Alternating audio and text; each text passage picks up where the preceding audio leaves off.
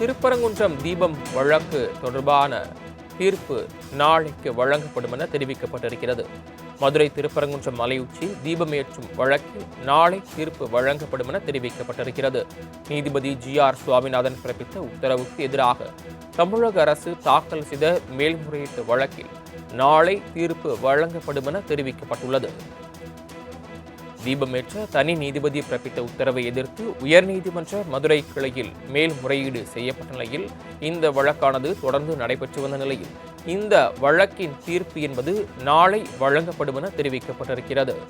மதுரை திருப்பரங்குன்றம் மலை உச்சியில் தீபம் ஏற்றுவது தொடர்பான வழக்கில் மேல்முறையீடு செய்யப்பட்ட நிலையில் இந்த வழக்கின் தீர்ப்பு நாளை வழங்கப்படும் என தெரிவிக்கப்பட்டிருக்கிறது. விவரங்களை செய்தியாளர் மதிவாணன் வழங்க கேட்கலாம். மதிவாணன், விவரங்கள்.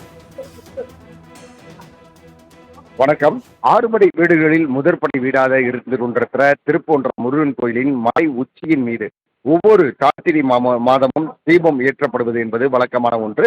ஆனால் கடந்த பல ஆண்டுகளாக கார்த்திகை தீபம் என்பது விநாயகர் கோயிலுக்கு அருகாமையில் இருக்கக்கூடிய அந்த தூணில் தான் தீபம் என்பது ஏற்றப்பட்டு வருகிறது. ஆனால் இந்து அமைப்பினர் மற்றும் பக்தர்கள் கோரிக்கையினுடைய அடிப்படையில் நாங்கள் மலை உச்சியின் மீதுதான் முற்காலத்தில் ஏற்றப்பட்ட அந்த இடத்தில் தான் நாங்கள் தீபம் ஏற்ற வேண்டும் என்ற கோரிக்கைகளை வலியுறுத்தி தொடர்ந்து பல்வேறு ஆர்ப்பாட்டங்கள், போராட்டங்கள் என்பதை நடத்தி வந்தனர். இதனுடைய அடிப்படையில் தான் ராம ரவிக்குமார் என்பவர் ஒரு வழக்கினை சென்னை உயர்நீதிமன்ற மதுரை கிளையில் தொடுத்திருந்தார். அந்த வழக்கில் பழைய, அதாவது 1824ஆம் ஆண்டு ஏற்றப்பட்ட அந்த தூணில் தான் தீபம் ஏற்றப்பட வேண்டும் என்ற வழக்கினை தொடர்ந்திருந்தார். இந்த வழக்கினாது தனி அமர்வு நீதிபதி ஜி.ஆர். சுவாமிநாதன் தலைமையில் தொடர்ந்து நடைபெற்றுக் கொண்டிருந்தது. அப்பொழுது தீபத்தை ஏற்றுமாறு தமிழக அரசுக்கு உத்தரவு அளித்திருந்தார். காவல்துறையினர் தொடர்ந்து சென்று அந்த தீபத்தை ஏற்றுவதற்கு சட்ட உதவிகளை செய்ய வேண்டும் என்றும் அந்த தீர்ப்பில் கூறியிருந்தார். ஆனால் தமிழக அரசின் சார்பாக அந்த மலை உச்சியின் மீது தீபம் என்பது ஏற்றப்படாமல் இருந்தது.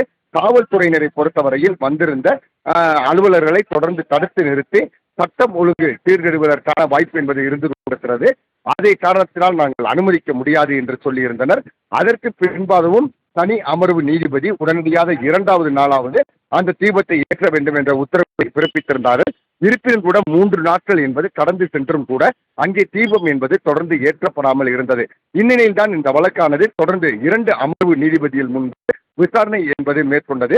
அதனுடைய அடிப்படையில் தமிழக அரசு தரப்பு வழக்கறிஞர்கள் மற்றும் அதே போல ராம தரப்பு வழக்கறிஞர்கள் உள்ளிட்ட ஏராளமான வழக்கறிஞர் அணியினர் இந்த வழக்கினை தொடர்ந்து கண்காணித்து வந்ததோடு மட்டுமல்லாமல் வாதாடியும் வந்தனர். பல்வேறு வாதங்கள் மற்றும் பிரதிவாதங்கள் என்பது தொடர்ந்து முன்வைக்கப்பட்டது. அனைத்தையும் கேட்டிருந்த 2 அமர்வு நீதிபதிகள் தற்சமயம் ஜி.ஆர். சுவாமிநாதன் அவர்கள் தீர்ப்பினை என்ன செய்ய சொல்ல போகிறார்கள், அதனுடைய அடிப்படையில் நாளைய பொழுது இந்த வழக்கிற்கான தீர்ப்பு என்பது அறிவிக்கப்படும் என்று தற்சமயம் சொல்லப்பட்டிருக்கிறது. அதை காரணத்தால் நாளைய பொழுது என்ன விதமான தீர்ப்பு வரும் என்ற பெரும் எதிர்பார்ப்போடு காத்துக் கொண்டிருக்கின்றனர்.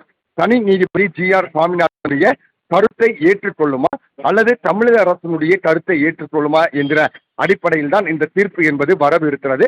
அதே போல ஜி.ஆர். சுவாமிநாதனை பொறுத்தவரையில் ஒரு தனியார் நிகழ்ச்சியில் கலந்து கொண்ட பொழுது கூட அங்கே தீபம் ஏற்றப்படாமல் இருப்பது என்பது எனக்கு வருத்தமான ஒன்று. ஆனால் தீபம் ஏற்றப்படும் என நான் நம்புகிறேன் என ஒரு தனியார் நிகழ்ச்சியில் அவர் உரையாடியிருக்கிறார். நாளைய பொழுது இந்த தீர்ப்பு என்பது ஒரு பிரசித்தி பெற்ற தீர்ப்பாக பார்க்கப்படுகிறது. தொடர்ந்து பாஜக, இந்து மக்கள் கட்சி உள்ளிட்ட பல்வேறு கட்சியினர் தமிழக அரசுக்கு எதிர்ப்புகளை தெரிவித்து வந்தனர். அதனுடைய அடிப்படையில் ஒரு இளைஞர் கூட அங்கே மலை உச்சியின் மீது தீபத்தை ஏற்ற வேண்டும் என்று வலியுறுத்தி தனது உயிரை தீக்குளித்து மாய்த்துக் கொண்ட தகவல் என்பதும் இருந்து கொண்டிருக்கிறது.